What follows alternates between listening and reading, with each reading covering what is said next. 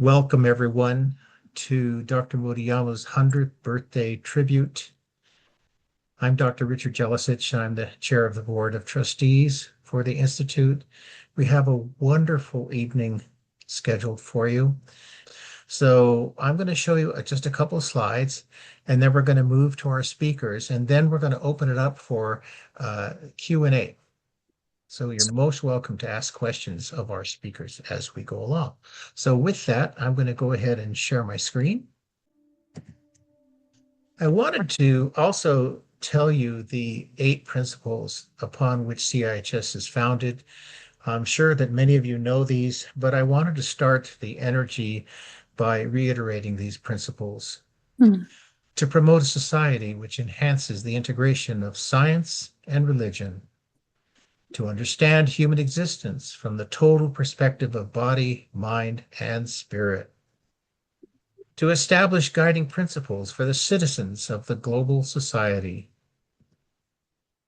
to establish energy medicine that will prevent disease and promote health, to elucidate the mechanism of the correlation between mind and body, and to actualize mental control over body and matter with a resulting better life. Just looking at my chat here.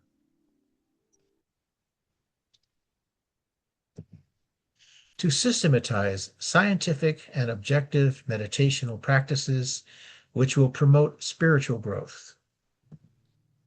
To establish a society that satisfies both the individuality, freedom and rights, and sociality, morality, and coexistence of human existence.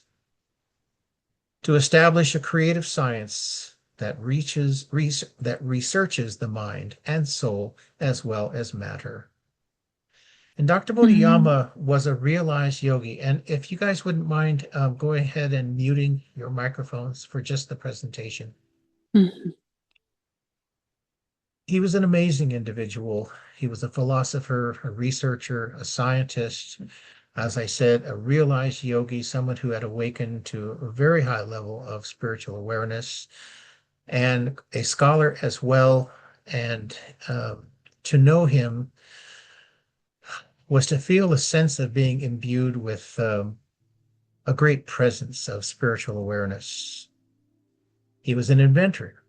He created a device called the AMI, Apparatus for Meridian Identification, which really in the early 90s, it had a much longer name. But here in the lower right, you can see a picture of Dr. Motoyama looking on as one of the first research faculty. Dr. Gaetan Chevalier is actually showing the application of the AMI device.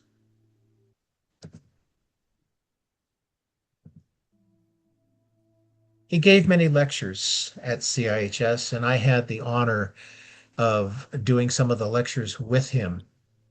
And he had really great attendance, and people were just waiting to hear more. And sometimes he would infuse a little bit of his spiritual wisdom into the scientific scholarly lectures. He wrote many books.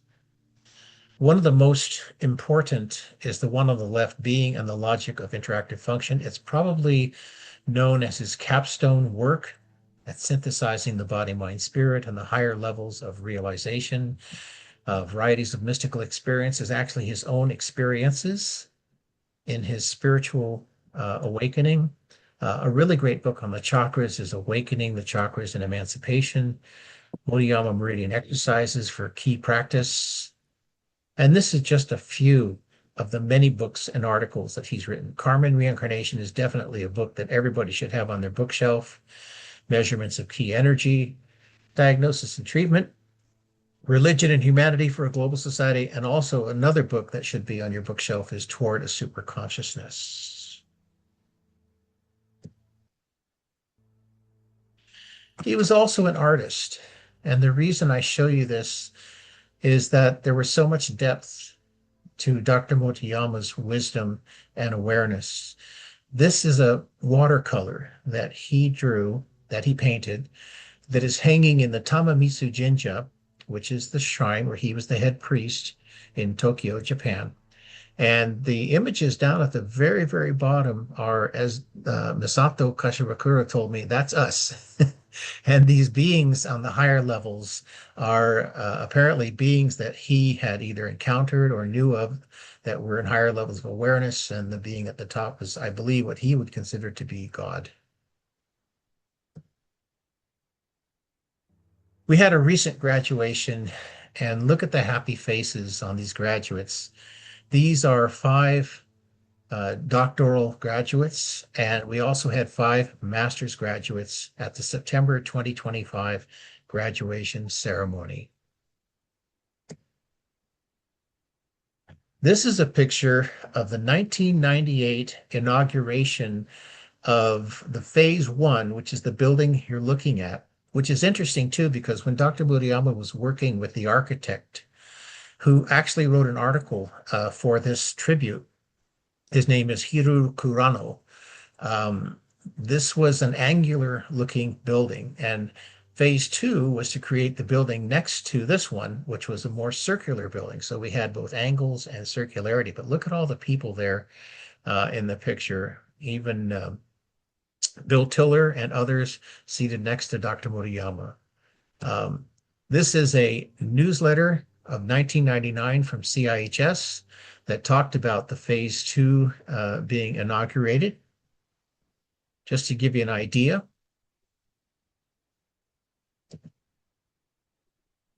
just a couple of photos. On the left is Dr. Tim Laporte, the vice chair. This is Dr. Claude Swanson, an amazing physicist who actually gave the commencement speech at the 2006 commencement ceremony, Dr. Motoyama, and myself. This is a picture of Dr. Tim Laporte and Dr. Motoyama.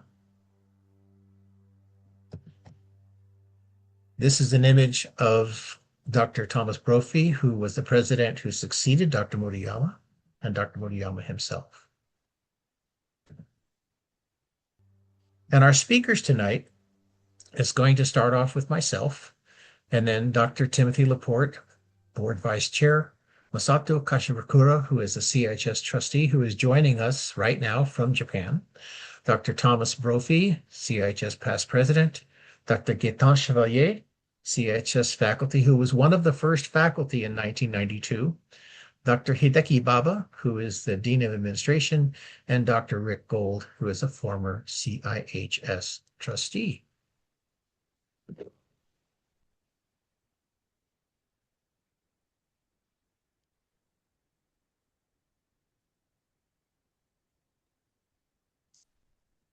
Thank you, Rick. You're welcome. So that should show me when I'm speaking, I hope. But for some reason it's not.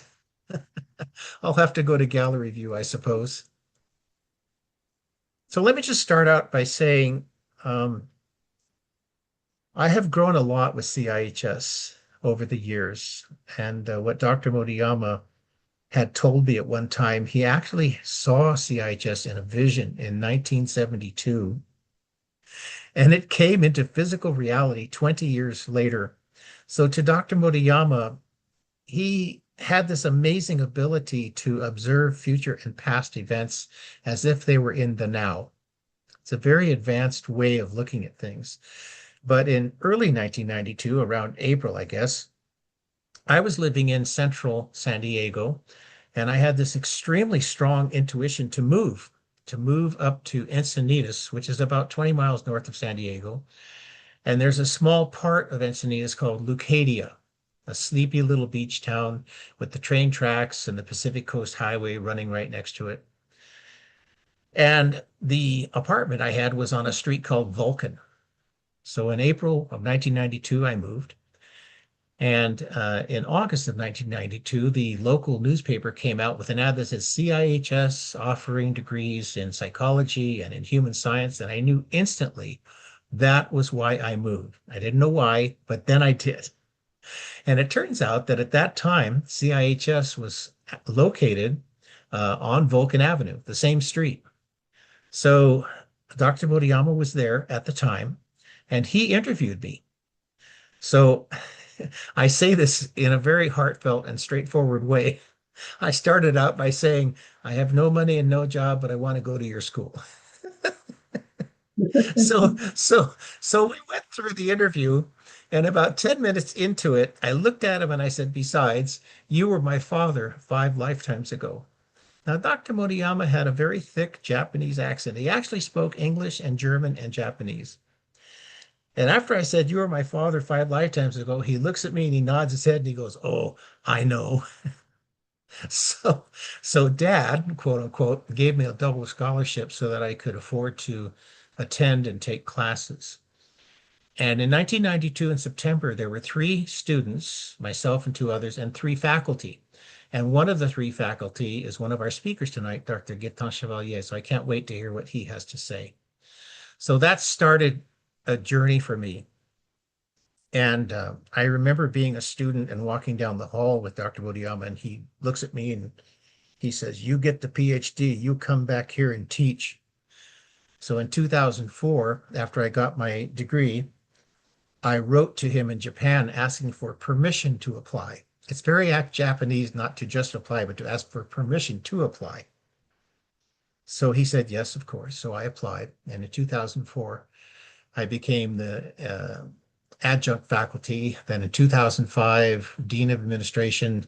Then in 2006, I was the first member of the Board of Trustees who was an American, not the Japanese. So Dad was moving me along very quickly. So the progress by which I was learning, Dr. Motoyama, more than any other spiritual teacher, has truly affected my life in many ways. Outside of CIHS, I'm an energy medicine practitioner, but also a teacher of integrative chakra therapy, and I have many students and many graduates. 2006, I went to visit Dr. Motoyama in Japan to pray, to meditate, to do ceremony. And the last day I was there, he was a little bit stern with me because I thought, was he asking me not to teach energy medicine anymore? And actually, what he was saying was to advance the students in what he calls the safety way. So anybody who's listening to me who is one of my students or graduates in integrative chakra therapy, they hear this term all the time. What is the safety way? And they all are required to read karma and reincarnation.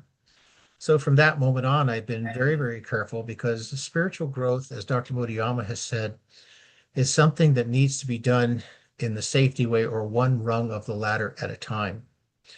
Particularly with the existence and the advancement of CIHS, because we are one of the only accredited universities on the planet whose tagline is Mind, Body, Spirit. We want to cultivate these 8 principles in a way that helps people to grow in their awareness in this safety way, one step at a time. And it's not the easiest thing because we're living in a culture that has a certain rapidity by which we want things to happen. And just like a fruit tree, the fruit comes when it's ready. So I have come to know and love Dr. Motoyama very much and have had other conversations with him as time went by. As you know, he passed in September 19th of 2015. But his legacy is important to promote to people that never met him. In 2018, as board chair, I went to the Jinja in Japan and met with the board of the Jinja, and they wanted to know how I was going to continue the legacy of Dr. Motoyama. So we agreed to create a course called Motoyama Philosophy and Practice, which I've taught, I think, 4 times now, to help people to understand that Dr. Motoyama wasn't creating a religion. He was creating a circumstance by which people could grow in a spiritual way that would then help people to see things more as they are than as they appear to be, and not be too invested only in the material aspect of this dimension, but to have that higher order of consciousness. So if you have any desire to know more about Motoyama philosophy and practice, I'm more than happy to share. So I've taken enough of your time. There's so many stories. But what I'd like to do right now is turn it over to an amazing fellow, our board chair, Dr. Timothy Laporte.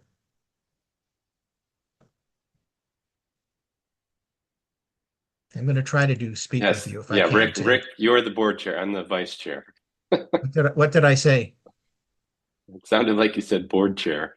Oh, vice Uh, chair. yes. Surprise! All Surprise! right. Thank you. Um, okay, I do have a presentation I can try to share quickly.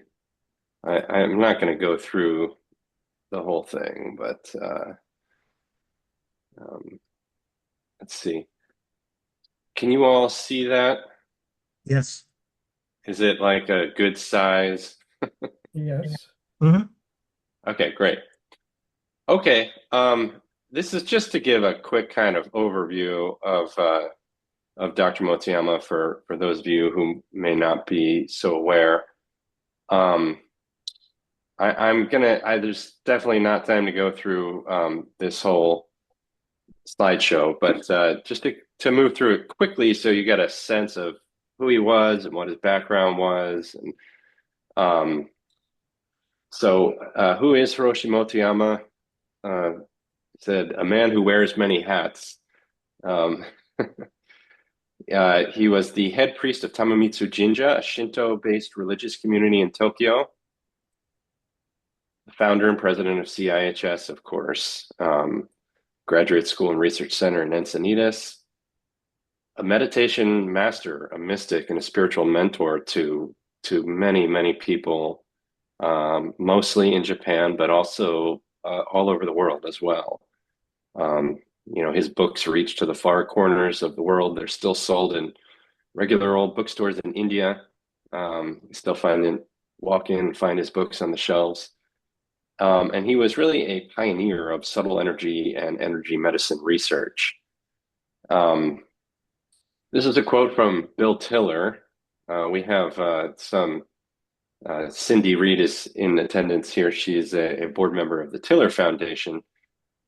Bill Tiller, incidentally, was also a sort of not co-founder, but he really was there right at the beginning and participating in the founding of CIHS with Dr. Motoyama. And this was just kind of interesting. So if you guys are familiar with William Tiller, he's president of, a professor emeritus at Stanford University, one of the world's leading experts in material science engineering, especially in the science of crystallization. Very hardcore science. Scientist at the highest level, worked at Bell Labs. But he became also really interested in the science of subtle energy and uh, uh, science of spirituality and parapsychology and all those things. And Dr. Motoyama and Dr. Tiller became good friends many decades back. And this just kind of illustrates from someone who is really deeply read in the field of parapsychology and the emerging science of spirituality. This is how sort of how Bill thought of Dr. Motoyama's work. He's This is Bill's kind of way of thinking in general about the development of human thought. He says, a long, long time ago in human history, there were two accepted and compatible pathways to the acquisition of knowledge. They were called mythos and logos, with the former designating the human inner path of revelation and the later designating the human outer path of logic applied to external observations in nature. So this is the logos path, or the path of science. So you can see all these great scientists on here, going back all the way to the Greeks and up into modern times, through Schrodinger and Gell-Mann and Feynman, on and on. And this is the mythos path, the sort of spiritual illumination paths. starting with again Moses and Krishna and the oracles of Delphi and Buddha and Jesus, and but then moving more into toward the 20th century um, with yeah Edgar Casey and Puthoff and Targ and Sheldrake, and moving forward, then he has I underlined Motoyama. So Bill thought he was an important thinker, an important development, someone who further developed our understanding, human understanding of spiritual development. And but also, and oh, by the way, look at the other name next to it. On the other side, Krippner, who Stanley Krippner is in attendance today. Great to see you, Dr. Krippner. Dr. Krippner also was a participant, yes, was also a participant in the founding of CIHS and was on the CIHS board in the early years. We're grateful for your work in contributing to CIHS and grateful to your work in illuminating humanity through your research as well. Um, yes, and so just some brief background. I won't go through all this in great detail, but Dr. Motoyama was born on this day, December 15th, 1925, 100 years ago, on Shodoshima, which is an island in the Seto Inland Sea in southern Japan. Um, he had a sort of difficult upbringing with his parents. They divorced when he was young. And his mother, Seiko Yoshima, became an early follower of another woman on the island of Shodoshima, Kinyue Motoyama, who later became Dr. Motoyama's adopted mother. That's where the Motoyama name comes from. She was the founder of Tamamitsu Jinja. Um, in 1932, Kinyue Motoyama had a powerful mystical experience that included a vision of Japan's defeat in the upcoming Second World War. So, years before it actually took place, this manifestation of God came down through her, um, saying, I am Amatsukami Tamamitsu Okami.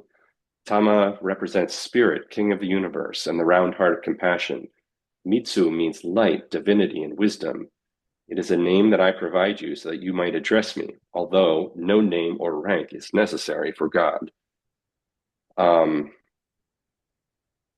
yes, in 5 years there will be a great war that will create mass confusion in the world as if the sky were falling.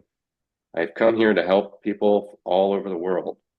From now on, be my agent, and I will assist you in saving the people of the world. Pray to God and deepen your inner wisdom. Save the people who come to you and work for world peace.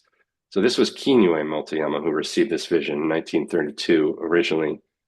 And so she, through her mystical experiences and mediumship experiences with with Tamamitsu Okami, she received revelations and directions from God to uh, perform purification practices all across Japan, and this is very much steeped in the traditional Japanese spirituality and religiosity that is Shinto.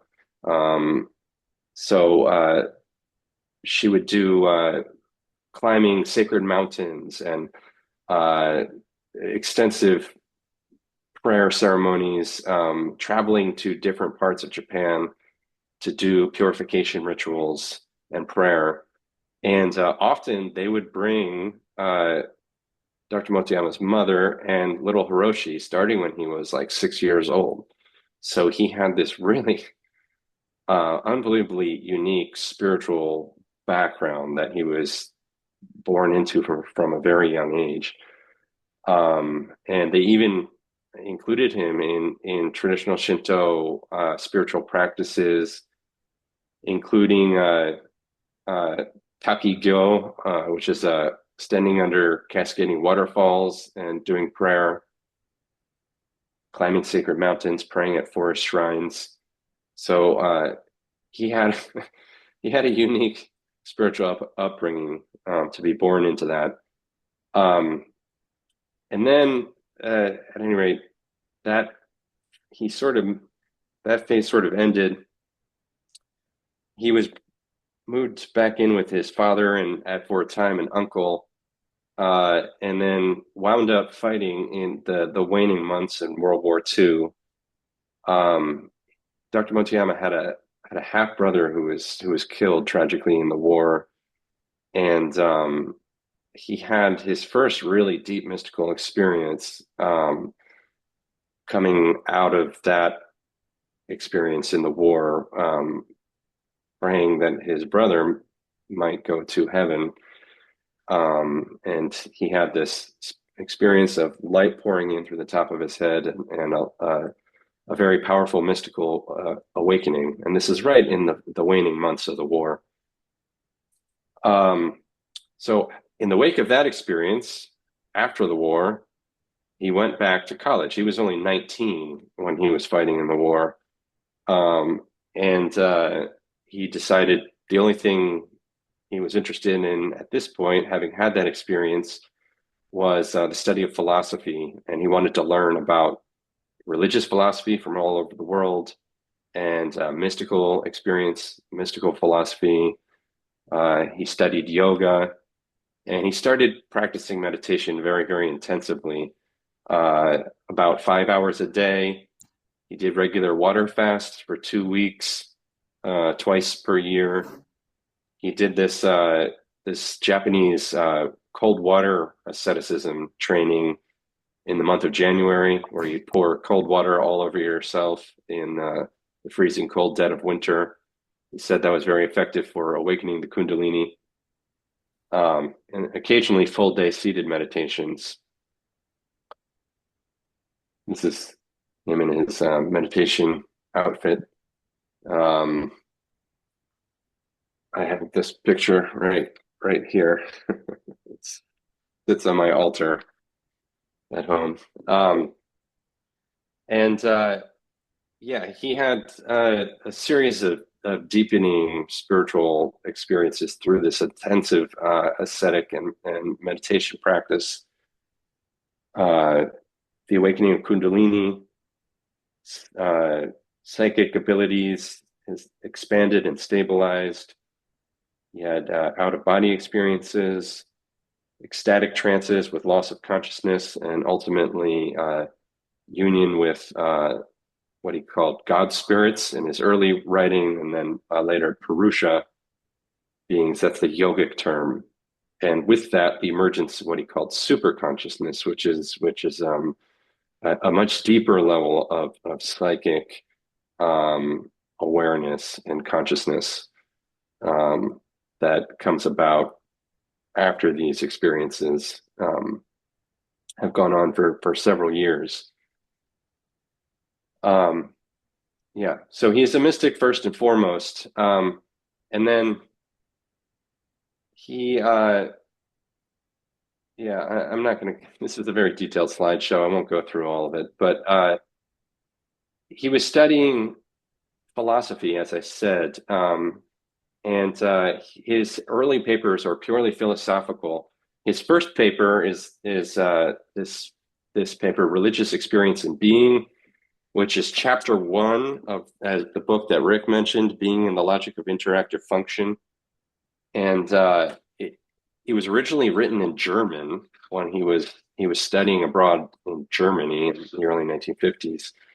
And it's a dense work of comparative mysticism that employed terminology from the Japanese philosopher Kitaro Nishida. But as his studies in philosophy progressed, he began to feel that philosophy was limited in its ability to persuade people of the reality of mystical experience and spiritual phenomena. So, like, what would you do if you had these experiences and you tried to tell people uh, what they were all about, and that there was this whole other world, this whole other spiritual world out there? How would you get that across? It's not very easy to do. People are skeptical, and increasingly he found that in this century, in this modern world, um, you really need science to help convince people that there is a reality to all this. So he began to turn towards science. Um, yeah, he says, I finally came to realize that a philosophical approach does not have the power and immediacy needed to change people's lives. I decided to turn to the tools of science in order to verify the existence and mechanism of non-physical reality. So I'm not going to go in detail through his the ins and outs of his science. It's in his books, uh, but it's detailed and uh, yeah, yeah. There's quite a bit of really interesting research that he did on this. Um, I will say that he started that path in earnest when he studied with J.B. Rhine at Duke University. He received a McDougall Fellowship and studied once as a pre-doctoral uh, exchange student in, I believe, 1960, and then went back after his doctorate was completed as a postdoctoral researcher in 1962. This is right in the waning years of when Ryan's Research Center, before it moved off campus. It was still on campus at Duke at that time. And there, Dr. Motoyama met a lot of the other early pioneers in parapsychology who became his colleagues from all over the world. Um, and later he went back to Japan and tried to continue this research within Tokyo University. And eventually he ran up against the limitations of uh, people's open minds. He was basically made to choose. He could either have his tenure track position as a philosophy professor at Tokyo University, or he could continue doing this outside of the box scientific research on spiritual stuff. And of course, his spiritual mission was what it was. So he had to leave the university, and he set up a laboratory on the grounds of the shrine in Tokyo. And he used some of Dr. Ryan was able to procure some funding for him to get his early scientific research instruments. Um, and so he was always very grateful to Ryan for that. And so he built a laboratory on the grounds of his shrine and kept going and researched for many decades. The research developed onward. It led to the development of the AMI device, the apparatus for meridian identification, which he invented. This was came like 12 years after his studies with Rhine as his scientific research developed. Um, yeah, we can do whole courses on the AMI, and this is all AMI research. It's very interesting. I'll just close with this. This is in Dr. Motoyama's own words.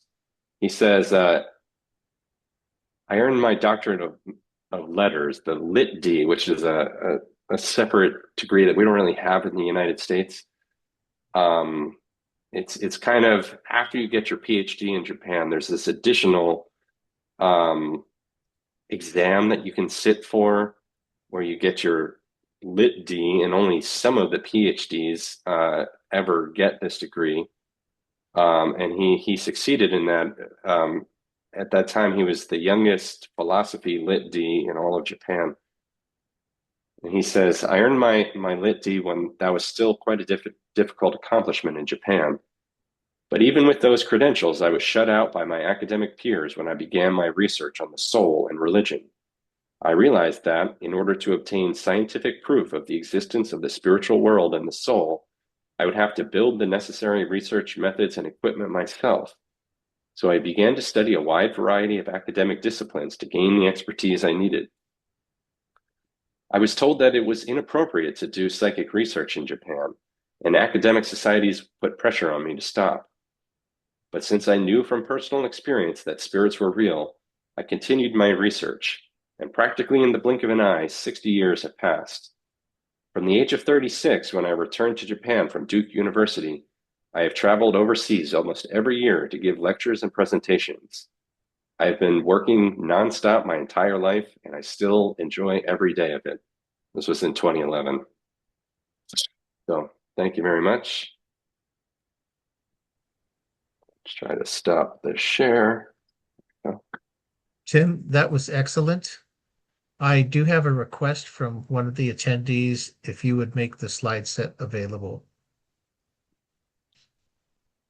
indeed, there's also the presentation where I originally gave this 11 years ago is on YouTube. I can also drop the link to that. And just so you know about the chat, if you want to save the chat, there's three little dots at the top. You click on the dots and you can save chat to your computer, which includes all of the links. So once again, Tim, thank you. That was excellent. And now I'd like to introduce our third speaker, Dr. Thomas Brophy, who was the president after Dr. Motoyama. He is currently the president of the Institute for Noetic Sciences, or IONS. He's also the president of the Society for Consciousness Studies. Thank you, Rick. Hi, everybody. It's great to see you here. Good to see you, Stanley Krippner, and everyone. Always, whenever Dr. Motoyama is around, it seems like there's extraordinary people around too.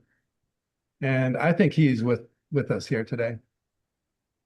So I'm going to focus my brief comments on the theme of continually learning from Dr. Hiroshi Motoyama, from Sensei, as everybody called him. As I noted in my notes in my brief article that Rick put out, I first became aware of Dr. Motoyama when I read an interview with him in Share International magazine. And what I realized in reading what he had to say there was that he was already there in his approach to what I was trying to do in drafting a book that I was writing that later became published, a book called The Mechanism, Demands, and Mysticism, with a nice blurb on it by Sensei Hiroshi Motoyama, and a blurb by Stanley Krippner on that book. Thank you. And back in, so that was in about 93, when I read that interview with Hiroshi Motoyama in Share International magazine. And I was struggling with this, how to articulate this problem of how consciousness interacts with the material world. And that's what I was set out to write about, and struggling with it and thinking I was making progress on it. And then I read that interview with Motoyama and I realized he was there already. And so I wrote him a letter thanking him for that interview. And then he invited me to come and visit him if I had a chance in Japan, and I did, and I was able to. And then he invited me to be to a month-long visit, basically, on what he called his institute called the Motoyama Bentov Fellowship, named after his friend, the physicist Itzhak Bentov, who wrote the famous book, Stalking the Wild Pendulum. And that book about how chaos theory combined with quantum mechanics, the collapse of the wave function process and quantum mechanics combined with deterministic chaos theory and the physical world is the key to opening our understanding of how the physical world can interact with the non-physical world of consciousness and mind. And that was another symbol of how Motoyama was there already. And how I continually keep learning from him. And he invited me to CHS first in 1997 to be Dean of Administration. At that time, he would be here, be there on campus at CIH in California for 4 months a year. So I had a lot of time, working closely with him, and it was really extraordinary times, really wonderful, extraordinary, and a bit rocky of times, of course. Not long after I started in the job, for instance, at the end of the day, one day we were having one afternoon, we were having just a brief check-in chat, and he told me he had just done earlier that day, that afternoon, an exorcism in his office on campus. And I was kind of uptight about those things at that time. And being dean of administration and responsible for things like insurance, and I was kind of like, oh my gosh. But I continually started to learn that, well, that's okay for somebody of that ability to do things like that on campus. And it's not dangerous. It's not going to Til det. damage our students. And Okay. Jeg er godt ev- nok lige, ever jeg vil lige since, gerne have Vincent og Victoria. people, please mute your microphone. And so I was regularly surprised ever since I started interacting with Dr. Motoyama, all the time, and in a good way. And he was always finding out new things about him and his life and his influence in the world and people he interacted with, very significant.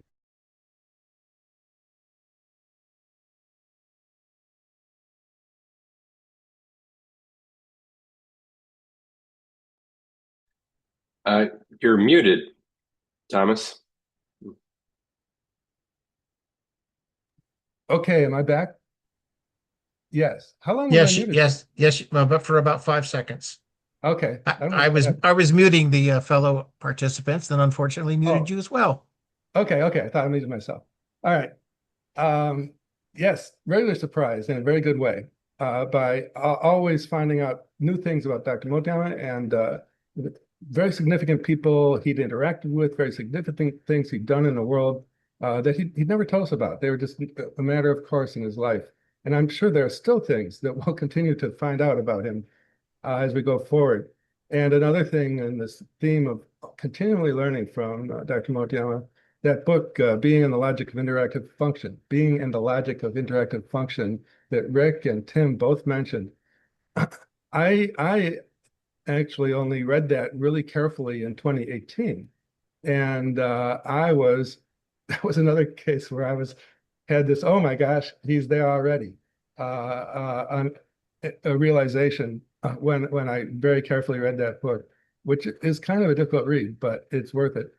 And that understanding that he imparts there on the ontology of the awakening process and the ontology of the physical world and the non-physical world, the ontology of all of reality, was really eye-opening and greatly enhanced my teaching of the Foundations in Individual Studies course and my understanding of this whole field. And so I just look forward to more learnings from Motoyama as we go forward, as I'm sure there will be. And CIHS getting accredited is sort of another example of me continually learning and us continually learning from Hiroshi Motoyama being there early. Back in 1998, when I was first dean at CIHS, I remember him announcing to the community, CIHS is going to get accredited. And at the time, I was like, oh, it's going to be tough, and I don't know. And but he had the vision. And then starting really very firmly in 2016, CIHS plugged along according to Motoyama's vision and actually got accredited in 2021.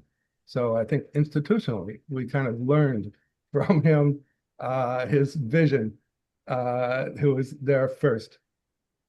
Not Today, not just became accredited, but you led the entire force to become successfully accredited in July of 2021.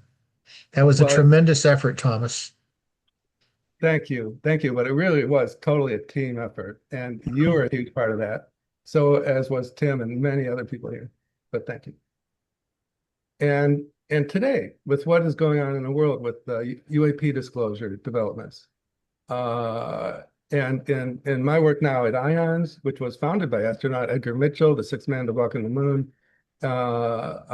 I've recently, very recently, deepened my understanding of this UAP phenomenon. And I remember back in 1998 discussions with Hiroshi Motoyama about this, private discussions, the friendly chat at his house, and me bringing up the question of the UAP phenomenon. We didn't have the term UAP back then, but about aliens. And he said something like, just casually, "Oh yeah, they come and visit me sometime, but don't tell anybody. People aren't ready to know that yet."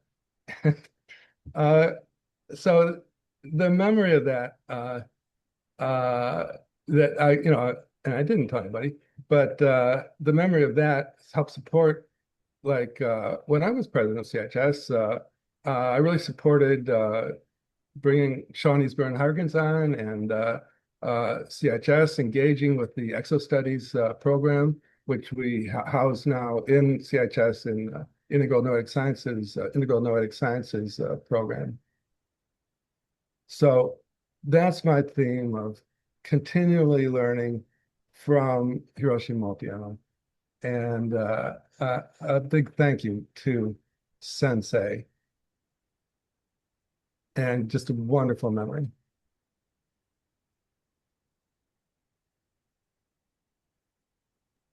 Thomas, thank you so much. What a delight. Okay, well, I will invite our next speaker. This is Masato Kashiwakura. He is a trustee of CIHS, coming to us live from Tokyo. Can you hear me? Yes. Yeah, thank you, Rick-san. Yeah, I'm Masato from Tokyo, Japan, and thank you very much for this special event. And I'm so happy and so honored to be part of this event. Can you see this? Yes. Anyway, happy 100th birthday, Dr. Motoyama. Dr. Motoyama, he protected and guided our family, and he always showered pure love upon my wife, me, as well as our two daughters. Even now, I truly feel that this still continues. I first met with him 35 years ago, and the encounter was deeply striking. Although he was an enlightened person, he was also profoundly human. After my first assignment in US, I had returned to Japan in 1990 and encountered Dr. Hiroshi Motoyama. I read his books and attended his lectures, which were quite shocking to me. He said casually, if someone attained enlightenment while eating meat, and someone else attained enlightenment without eating meat, which one do you think is greater? That was his question. The fact that there was someone who could say such things so matter-of-factly was itself quite astonishing. And because I heard it at my very first lecture, the memory remains vivid and even now. Tomorrow, we are going to Mexico to eat delicious lobster. Why don't you join us? He invited us in this way when my family visited his residence in Encinitas. And so we accompanied him to Mexico the next day. This was back in summer 1999, the year after we began our second assignment in US. He had asked us to attend the CIHS graduation ceremony as a family. At some point, we realized we had taken a long time, but he simply said, let's have some tea, and called for a break. While we worried that we had not yet made it only halfway and were already far behind the schedule, he looked out over the scenery with complete ease and said, "You have to learn to enjoy whatever happens." And I felt this several times today. Same thing. You have to enjoy whatever happens. After several more hours of driving, we arrived at the coastal village in Mexico. "These lobsters here are truly excellent," he said, with delight. But we decided to do some sightseeing. Along the shore were many logs, and when large waves crashed in, seawater would shoot up through holes in the rocks like a natural geyser. He gazed down into one such blowhole intently. I stood with him for a while, but he did not move at all. The rest of the group went ahead to other sites and later returned, only to find him still in exactly the same posture, looking down into the rock. He must have stayed there for 20 or 30 minutes without the slightest move. The lobster was indeed delicious. He ordered 2 and ate them all with great enjoyment. But what impressed me most that day was his unwavering attitude, his determination to observe deeply and seek the truth, no matter where he was. It was a memorable day trip, and we were very grateful for the wonderful lobster he treated us to. Dr. Motoyama sought to integrate religion and science. To that end, he established a shrine in Japan and a graduate school in US. Over the course of his lifetime, Dr. Motoyama made only 2 requests of me, one of which was that I serve as a member of the board of directors of CIHS. In 2002, when CIHS marked its 10th anniversary, he made up his mind to pursue accreditation from WASC and asked me to serve as a director for that purpose. Since then, there have been many challenges, but nearly 20 years later, in 2021, we were finally able to obtain official accreditation. Thank you very much for everybody, but this happened. And CIHS was truly created through Dr. Motoyama's wholehearted devotion and tireless effort. And even today, I deeply feel that he continues to support us at every critical moment. Thank you very much. Thank you, Masato-san. We love and appreciate you so much. And now I would like to turn it over to Dr. Gaetan Chevalier. Thank you, Ray. Can people hear me? Yes. Yes. Well, I'm deeply honored that you decided to ask me also to participate into sharing my experiences with Dr. Motoyama. Interestingly, it's the same article that Dr. Brophy was mentioning that actually attracted me to Dr. Motoyama. So in the end of summer of 1992, a friend of mine who was a very spiritual person gave me a copy of the magazine Share International with an article about Dr. Motoyama's research in Japan. In that article, Dr. Motoyama talked about how he does research on the meridian system and even the chakra system using a Faraday cage, and given a little more explanation than what I'm giving now, but that was interesting enough. And then there was at the bottom of the article just a simple address, Tamamitsu Jinja, Tokyo, Japan. So I just wrote a letter and I said, I'm very interested. I'm a scientist from UCLA doing research in plasma physics, nuclear fusion, and what you're doing is very interesting to me. I wonder if there is any way I can help or I can, on my side, do something. I was thinking like doing a hobby or something.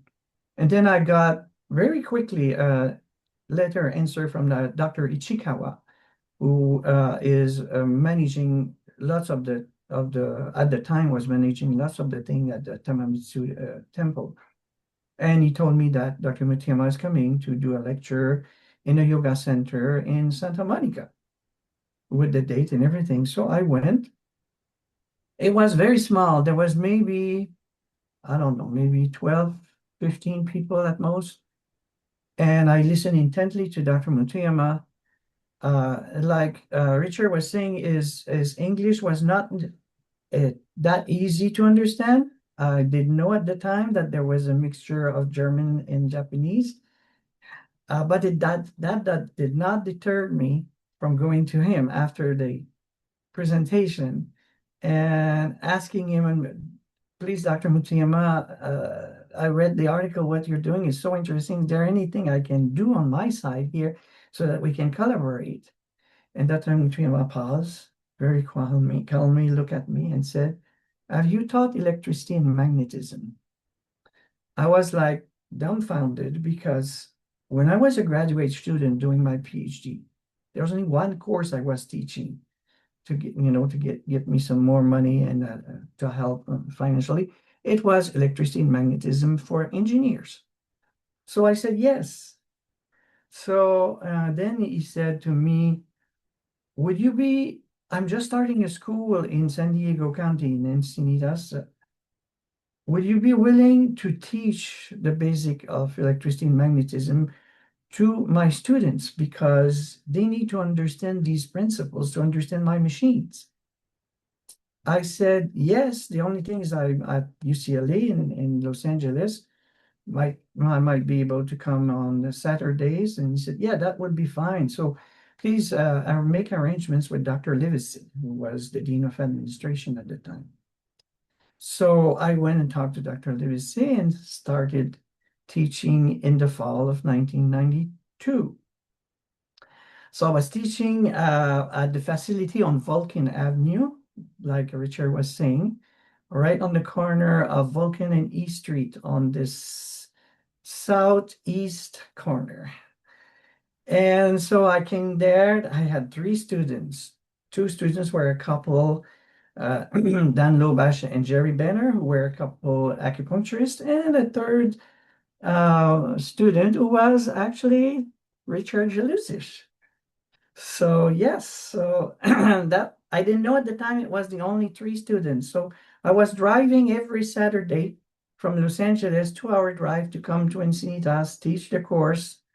And I've done that for some time in the summer of 1993. Dr. Motoyama sent me a letter saying, I'm offering you a full-time position at the California Institute for Human Science as a faculty member. And it was like, wow, I had a big decision to make them. I was in mainstream science doing research in plasma physics and nuclear fusion at UCLA. And then I come, he's asking me to do the research that I really interested in doing, but was considered at the time, very out fringe, woo-woo science and everything. There was actually no scientists, or very little scientists who would, or even doctors, MDs who would be interested at the time. But I decided that this is my future. I know that's what I have to do. So I said, yes, I came down. And I became full-time staff in the fall of 1993 At the time, there were 3 board members, Dr. Stanley Krippner, Dr. Brenda, who was a MD, a specialist in pain, and Dr. Bill Tiller. These were the 3 board members at the time. And so I continued teaching, and sometime, I don't know what happened. I understood everything that Dr. Motoyama was saying. And when we moved to the new building, was moving in January 1996, the first building that was built. I started to, and Dr. Motoyama, those days were like Dr. Rufi was saying, spending many months. So I get really close to Dr. Motoyama. And he asked me to be present at all of his teachings so that make sure that everybody understand everything that he's saying. If there was any issues, I was there to Dr. Motoyama would turn towards me, and then I would explain what Dr. Motoyama just said. And some people, after doing that for some time, people said, "Oh, it's like you're like a father and son team." We had the telepathic communication. I understand exactly what he wanted to say. I traveled with Dr. Motoyama when he was going some places. Where I was going with him, I drove his car places he was going. So I learned so much from Dr. Motoyama. And also, since I was he named me the director of the laboratory, so I was doing a lot of research, on the AMI, doing a lot of measurements. I learned directly from Dr. Motoyama how to do AMI measurements, what the machine is. I learned, of course, his books. But also we had moments that were candid moments. One moment, we were talking about different things. One time he told me about that at the end of the Second War, World War II, he was chosen, and it was supposed to be an honor to drive a torpedo that would go right into a boat, an American boat, but basically being a kamikaze. So he was slated to do that, he said, but he became really ill with, I don't know what kind of illness, but he became really ill. And so he didn't go. And then the World War II ended, and then his life was spared. So that was, I have many stories also, Dr. Motoyama doing amazing healing. I think this one I will share because it's so extraordinary. So we had this lady, would just say her first name. Her name is Linda, who took the course on the AMI at the California Institute for Human Science, and then went back home, and which was in the region of Albuquerque, New Mexico. So I received at some point a phone call from her saying, "I'm feeling very sick. I have arrhythmia, and I have stress and things, and I don't know what to do." So I received a call from Dr. Motoyama. He was calling from time to time to see how things were going at CIHS. And I said, "Well, Linda just talked to me." And she said she's very sick. She's worried about her heart condition, and she has no energy. And I just want to share that with you. Dr. Motoyama listened, and he said, "Please call her back. Tell her that tomorrow at 9 a.m. her time, I will go there. She needs to lay down, and I will work on her." I was like, okay, wow. So I called her back and I said, "Please, tomorrow, I got a message for you." Because Dr. Motoyama knew her very well, because actually we went to her place. Dr. Motoyama, Mrs. Motoyama, we drove to her place in Albuquerque, New Mexico. We spent some days with her. It was very, I don't know, open to do some travel, like that was pretty surprising that would suddenly, they had this like Richard is saying and Dr. Brophy has always is understanding about, the importance of what he's doing that we don't understand, but he did this trip, so we went there.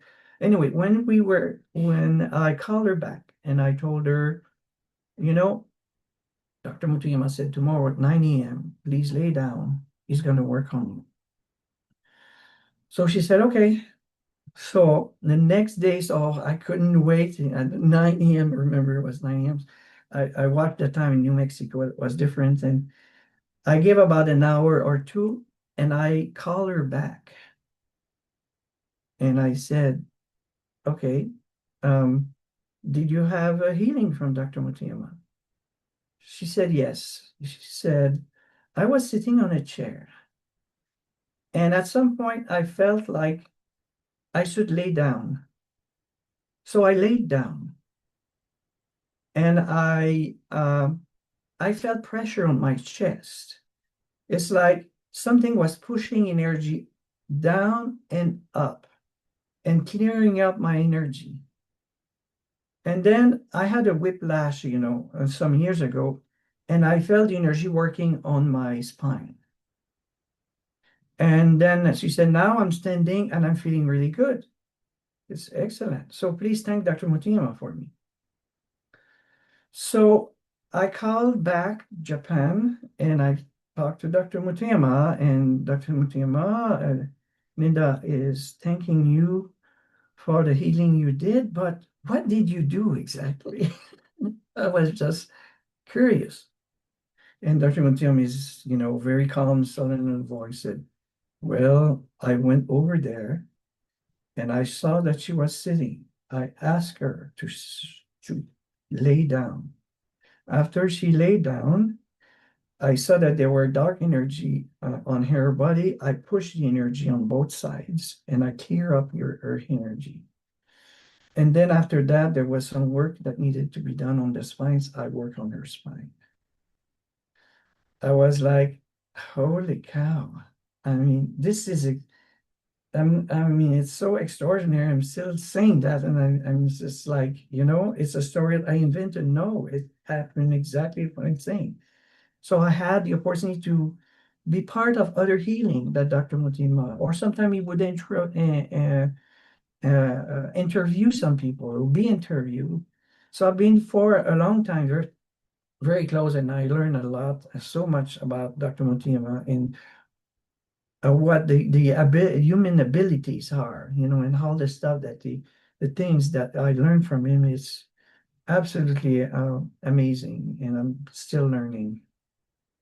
So thank you. I have many more stories, but I thought that this would give a good idea of what kind of person Dr. Motoyama was. Thank you. Thank you, Dr. Chevalier. That certainly whets our appetite.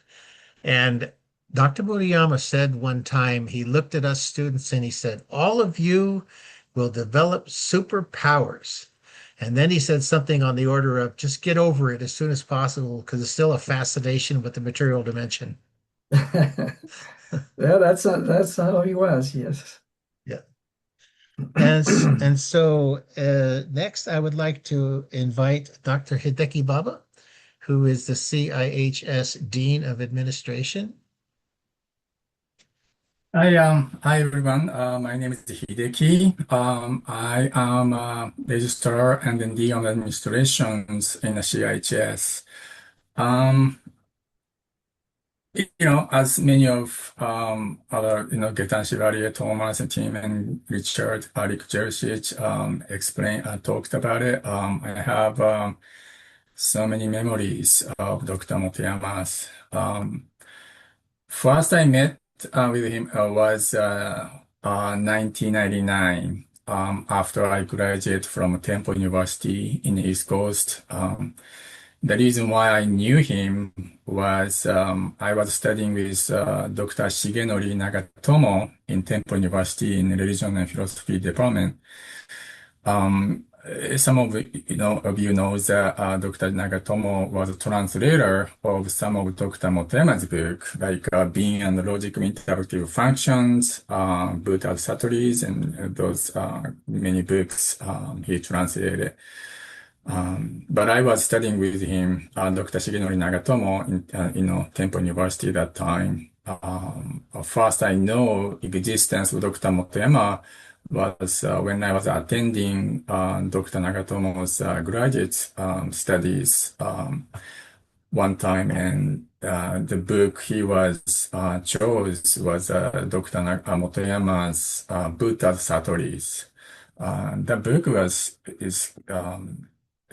is completely different from what I learned from the Buddhist philosophy in my college. So I was impressed, but I didn't know that time that Dr. Motoyama has a school in Encinitas. So my planning was to go to University of Hawaii, studying in comparative philosophy in Eastern Western cultures. That's where the Dr. Nagatomo received a PhD. So I want to go there and study the same area of Dr. Nagatomo's. But it's unfortunately, or I don't know, it's fortunately, my application to University of Hawaii was declined. So I went to Dr. Nagatomo and, just telling him that, hey, my application to University of Hawaii was declined, is denied. So, and then Dr. Nagatomo said, well, why don't you go to Dr. Motoyama's graduate school? It's in California. And then that's great. So I packed everything and put my stuff on my U-Haul, and then I just, left Philadelphia to the California to attend CIHS. That was 99. And first class I took for Dr. Motoyama was Karma and Reincarnation. That's a 499. So, some break, I went to Dr. Motoyama and just introduced myself. My name is Hideki. I'm from Temple University.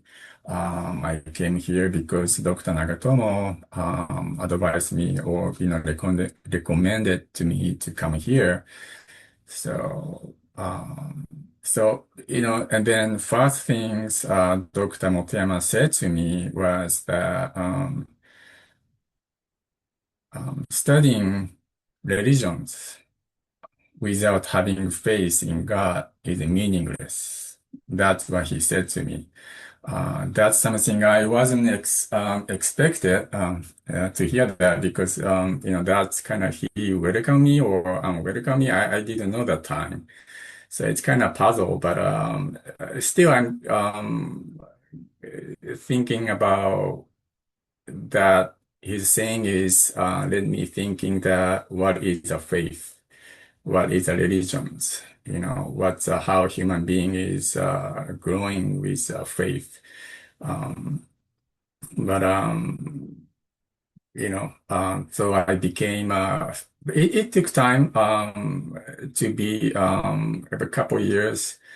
About a year later, I went to Dr. Motoyama. I really like to know what you mean by that. And I was thinking, and I became the member of his shrine. That's 2000. So, and then still been searching for what is faith. But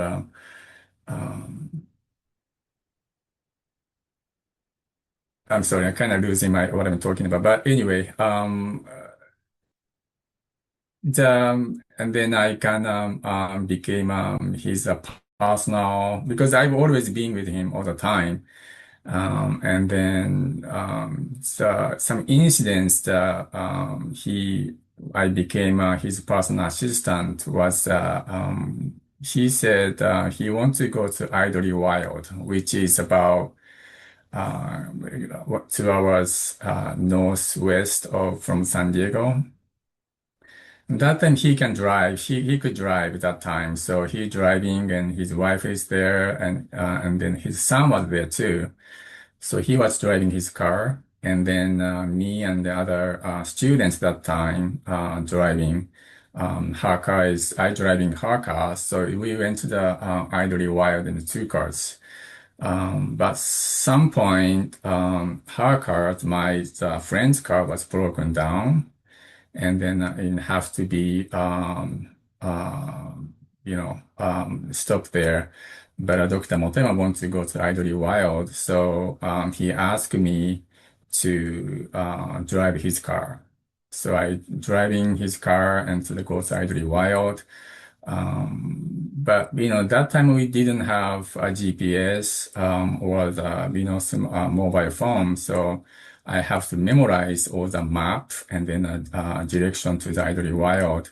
But I'm pretty good at it. So he thinks that, oh, okay, this guy is pretty good at driving and read the map, and he doesn't go, if, Baba is not getting lost anywhere in the US. So, and that's how he thinks, okay, ask Baba when, he wanna go.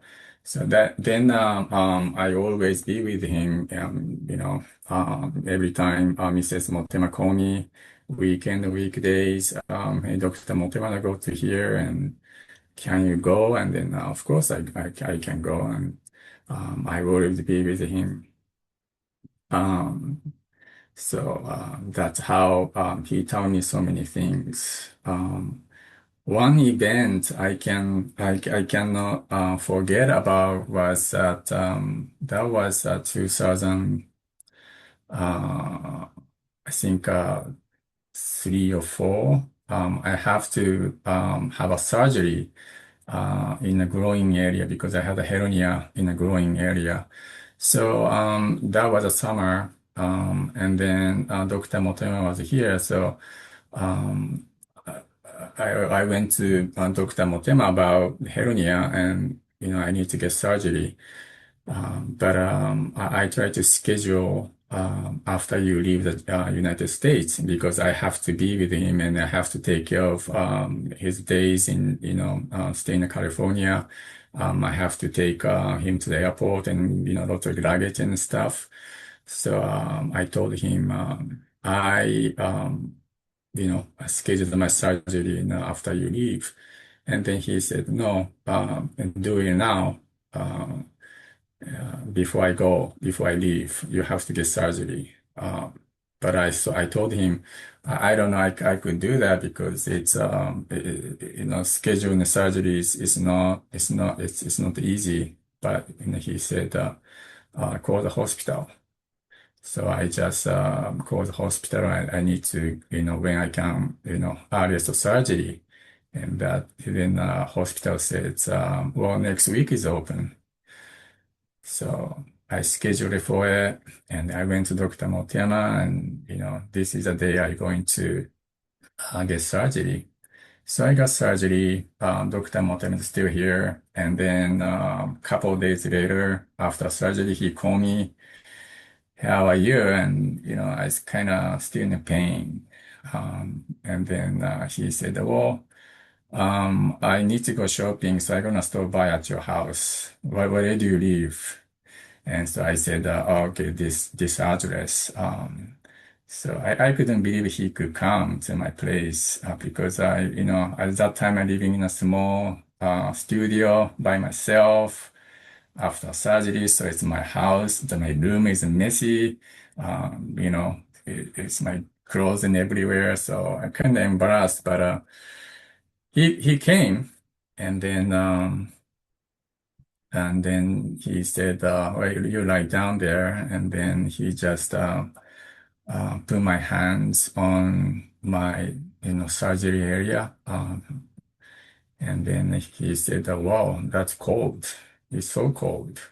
And then he did some healing energy for, I forgot how many minutes, but a couple minutes or 5 minutes. And it was so warm. I was so appreciate, and then still pain is there, but it's so warm, and then I'm so appreciate that he came to my place, and then he left, and then that night, I had a dream. it's not a dream of Dr. Motoyama, but his spiritual mother came into my dream. And she said, keep smiling. You need to, smile all the time, and something like that. And then I woke up, and then I woke up, I was crying, it's so happy, he came to my dream and, you need to keep, smiling. So, but anyway, those, and then Dr. Motoyama left, and it took time for me to just, recover from the surgery. But I'm so appreciate in such a good memory that he could came to my place and the healing gave me a healing. That was a great time. There's so many stories that I want to share with you, but maybe next time, maybe 150 years birthdays, then I can explain more stuff. So, well, thank you very much. I'm working at CIHS for 20 years, and if you have any questions or concerns, anything about CIHS.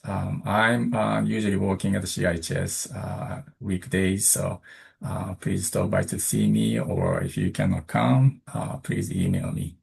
All right, thank you so much. Thank you so much, Dr. Baba. And I think Dr. Motoyama did a little bit of healing on all of us who knew him Yeah, personally. And when you started talking about faith, he said that, without faith, prayer and meditation, just thinking, only thinking. sure. Yeah. Oh, before I'm closing, finish my story. I just want to say hi to, one of my students here, so Marco Monti. Um, he's is my first friend at CIHS. He's a graduate psychology program. I met him in 99. Mhm. I'm happy to see you here, Marco. Oh, well, Marco is there. Hi, Marco. I haven't seen you in years. Good to see you. Okay, well, thank you, Dr. Baba. And last, we have Dr. Rick Gold, who was a CIHS trustee and now is president of Meta Mindfulness Music. Thank you so much, Rick. It's truly an honor to be part of this celebration of Dr. Motoyama, and I'd like to share a few personal experiences. 40 years ago, this time of the year, I was planning a trip to Japan, sabbatical to further my studies of Chinese medicine and meditation. And a professional colleague of mine, Nobu Asano, knew I was going. He's an acupuncturist in Encinitas. I believe he's still working there. He said, if you're going to be in the Tokyo area, I really have someone I'd like to recommend that you meet. And I said, thank you so much. And he told me about Dr. Motoyama. I had no idea. This is 40 years ago now. I had no idea what he was doing or anything about it. But I trusted Nobu, and I had an open itinerary, really, although I ended up becoming a student of a shiatsu master. I don't remember the details. I was before cell phones or Google Maps or anything like that, but somehow I contacted Dr. Motoyama at the shrine, and he invited me to come out to visit, and I did. And my memories of that are just so heartwarming and special. The serenity of the place is undeniable. It's so beautiful, especially coming out of the environment of Tokyo, which is not serene, although there are certainly serene places in Tokyo. And Dr. Motoyama was there with his wife. There was not a lot going on, and he invited me to experience the AMI technology, which I was already a licensed acupuncturist, so this was very, very fascinating to me. And it was so far ahead of its time, this invention, that it was really profoundly interesting to me. He gave me, I had this session, and tremendous amount of data comes out. Any of you that are involved with AMI know a tremendous amount of data comes out. Dr. Motoyama looked at it, and one of the most specific things he told me, which stayed with me all these years, was that the energy of the Sanjiao, or the triple warmer, that if that's out of balance, there can be other things out of balance and you can be not sick, not necessarily well, but not sick. But if the triple warmer, this integrative energy and balancing of water and fluids in the body was out, that was when we succumbed to illness. Thankfully, my Sanjiao was stable, but it was really an important lesson for me. Then Mrs. Motoyama looked at my chart, and as I recall, she gave me a psychic astrology reading. Specifics of it, I don't remember at all. But I remember being so deeply touched, the kindness, the warmth, the openness, the serenity of the place. It's palpable to me all these years later. I must have left a business card with my contact information because not that many years later, I guess it would have been 1992 when CIHS formed in the first space on the Vulcan by the train station in Encinitas. Maybe you were in my class, Rick, I don't know. I got a call, and Dr. Motoyama, I don't think it was him, I think it was whoever was the dean at the time, invited me to, if I was interested in teaching meridian theory and points, because that was an essential understanding to create a foundation for working with the AMI. And I was so honored. And so I accepted. It was a very busy time in my life. I was teaching at 2 different schools here in San Diego, but I really embraced the opportunity to be part of this community. And I taught there. I remember a few years, and I remember teaching at the new facility in the big room, which actually was a library at first. I remember we circled around and we taught in the library, surrounded by numerous books of deep spirituality and science. And it was just a lovely thing to be part of. I stopped teaching at that point because I started having children and I was too busy, and I live in the near Balboa Park, so it wasn't convenient to be driving to Encinitas at the time. And I really sort of lost contact with the school. But then a few years later, it must have been around 2010, I contacted Thomas Brophy because I wanted to do research on the music productions that I was working on with the 6 healing sounds of Chinese medicine with the AMI to see how it would affect the energy of the body. And Thomas, like so everybody in the community, was so gracious and open. And I was working with a doctoral student at Pacific College at the time, a very bright young Korean woman, and she wanted to use this as her subject for her research. So I reconnected to the school, and through that, and we conducted the research. It was very fascinating, and at right around that time also, Thomas said, we are going to be applying for WASC accreditation, a regional accreditation, and the school needs a public board. And would you be interested in serving on our board? And Thomas knew that I had experience with accreditation because I was part of the board of Pacific College when they became accredited. And I felt very honored to be involved. And I served on the board then for 7 years. And as was mentioned earlier, with Thomas's leadership and your leadership, Rick, and the gang that we were at the time, we learned as we went along. We got to the finish line and got regional accreditation. I believe out of the chute, we got 6 years accreditation, which is somewhat unheard of. I met Masato at that time and Guji, Dr. Motoyama's son. And it was a time of celebration, a time of hard work, and a time of accomplishment. And I'm so glad that I got to be part of that. I'd like to just add a few more things. I imagine people are a little weary now of hearing all this, but I'd like to add a few things. One thing is, I must have been around 1994 CIHS sponsored an all-day symposium in Mission Valley. I believe it was the Marriott in Mission Valley. And I think Dr. Krippner was on the Speakers Bureau then, and Dr. William Tiller. Now, I didn't know Dr. Tiller and his amazing accomplishments and what he provided in science and in spirituality at the time. But the night before the all-day conference, there was a dinner with the speakers and their wives, hosted by the Dr. Motoyama and the administration of the school. And why I'm remembering this, and I haven't thought about this in years, but the sort of the psychic energy of this event today stirred this memory in me. I sat down at the dinner next to Dr. Tiller, and a light bulb went off, and I said, Dr. Tiller, you're not going to believe this, but you probably will believe this, but you were in my dream last night.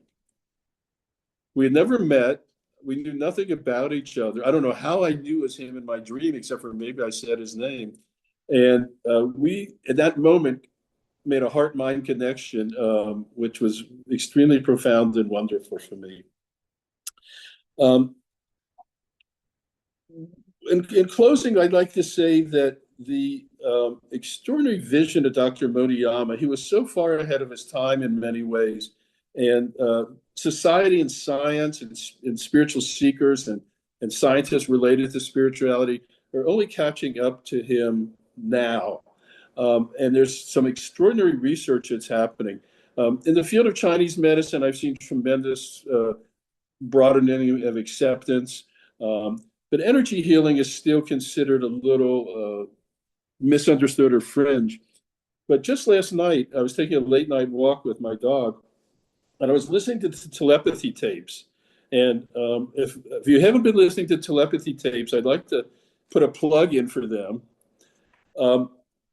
This was the ones at second season. They're talking about energy healing. And at the Anderson Hospital in Texas, which is a major innovative and traditional cancer research center, they were doing Reiki. They were doing controlled studies with Reiki on cancer cells in petri dishes and in mice of pancreatic cancer cells.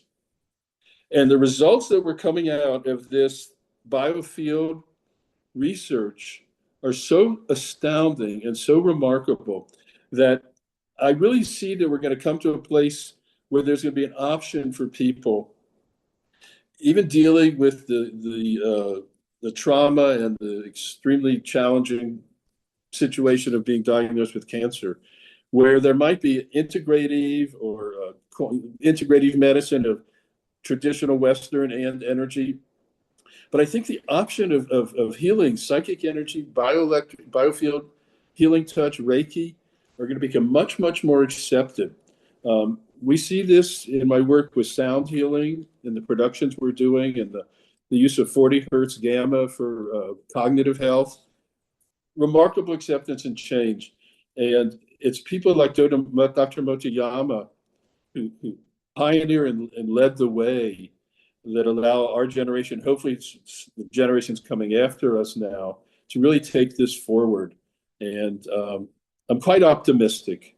And so in closing, thank you, Dr. Motoyama, and your beautiful wife and your family, all the people that have helped make CIHS what it is, the current people that are Jeffrey and Stacy that are holding the fort, and you, Rick, and Tim, and your board that are providing the kind of leadership, and live long and prosper.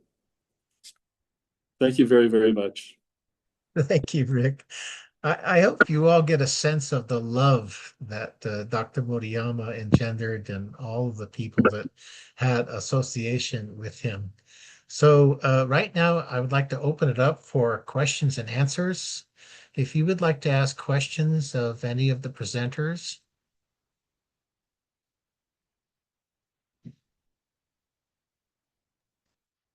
Yeah, I would love to ask about the AMI. Is that a class that would be in person or virtual?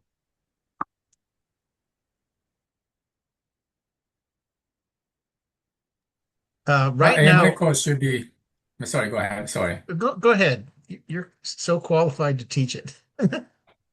No, no. Well, AMI course is AMI is it has been on campus. It's a hands-on course, so the students have to be on campus for this course.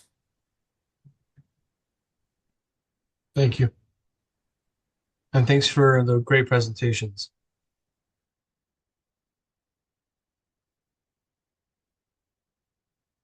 Any other questions for our panel? They all gave such interesting and great revelatory information about their work with Dr. Motoyama and his inspirations.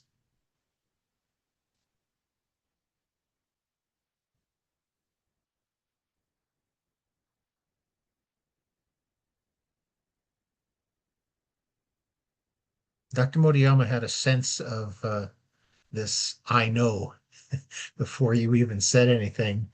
I think on some level he already had you figured out. And it was very interesting working alongside him and for him. I will say one time I was walking down the hall with him. You know, sometimes when you're working for someone, you do just have conversations. And then walking down the hall with him towards the 8 principals that are in the lobby. And I said, you know, I feel like you created CIHS to lead people to God. And of course, in his heavy accent, he said, yes, yes, of course. So the thing about the Western science that Dr. Motoyama had embraced so heavily was because he was using the Western paradigm to show that the reality of the non-physical was there. You see that needle move, you see that, that means something's going on there that is more than who we are. And the problem science has is we cannot measure subtle energy directly, but we can measure its effects indirectly. And that was where his pioneering work in the AMI, you know, came into place. And of course, there's many variations on a theme nowadays. But I hope that, you know, all of you have come away with some of the depth of what Dr. Motoyama represented while he was still here. And as Dr. Brophy so eloquently said, he really is kind of here right now with us, maybe in another form, but that loving presence, the foundation of love that he emoted, that he sent forth in everything he did and everybody he taught, is really at the essence of what CIHS represents. So I'll ask one last time, are there anybody that would like to ask some questions of our amazing panel tonight?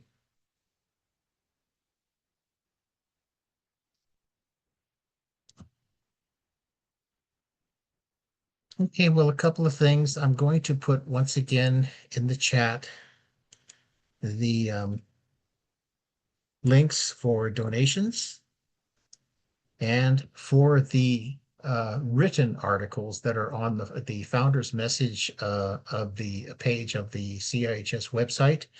You can go to that and read much more than was presented tonight, so I encourage you to do so. And our website, of course, is cihs.edu. And I'm going to ask our latest and newest board member, Ann Elliott, is there anything I left out? No, I was just going to say thank you to all the people who worked behind the scenes to pull this off in, what was it, like 2 weeks or 10 days or something. I just want to shout out to Katina, who's a student who is in a square in front of me, because the genesis for this was actually something she said in a student affairs committee about the students would like to know more about Dr. Motoyama's past and history and who he was as a person, and who better to tell that than the 5 or 6 people who just did. So thank you guys for contributing tonight. All right, and this is being recorded, and we will be sending that link out. I think if I could just hop in before we close it all down. Thank you so much, Anne and Rick. I just since this is a CIHS event, I do want to just leave with a sense of say something about the spiritual significance of CIHS, and I think you get a sense that this was a really remarkable person, right? I mean, and you've heard only just the tiniest smatterings of stories. I still hear stories from people, that I've never heard before. Uh, it was He was just kind of exuding um, really amazing spiritual energy and just human connection as well. Uh, but in terms of CIHS and why did he found CIHS? Why did he go through all this trouble to build this place in the United States? Um, he had a religious view, a spiritual view from his higher spiritual enlightened being that said that the way that humanity is going, that there's an opportunity to build what he called the harmonious global society. So a truly global, just sustainable world. And his view was that one of the critical pieces that's missing right now, that we can't get to that next level of human development without a kind of not a religious understanding of the spiritual world, but without a universalized and scientific understanding of the spiritual. And he went through all the trouble and through all the blood, sweat, and tears and money that was poured into this place over decades, to ensure that this seed that was planted would help to grow into and flourish into the thing that would lead that transition. And I just want to quote from the very end of his book, Karma and Reincarnation. This is an old version, um, uh, where, yeah, so he's talking about, he says, I believe that the evolution of a globally oriented religio-philosophical system will be supported by both scientific inquiry and transcendent spiritual principles. It seems to me that such a system will need to incorporate four basic suppositions. And then I'll just read them. We've got just a couple minutes. Number one, the absolute is void. It transcends and is free from all existence. Thus, it can create the universe. Second, karma and reincarnation are the organizing principles of existence. Third, the non-physical underlies the physical. Religion, or spirit, underlies science. Fourth, human liberation is to reunify with the absolute. Man can become God. And then he continues in the final paragraph.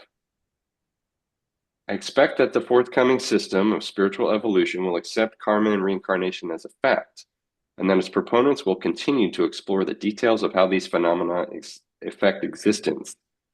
I also think that the scientific research will increasingly verify the unified nature of existence, and in so doing will objectify the principles of reality in a way that will render them more readily acceptable to our materialistically oriented world.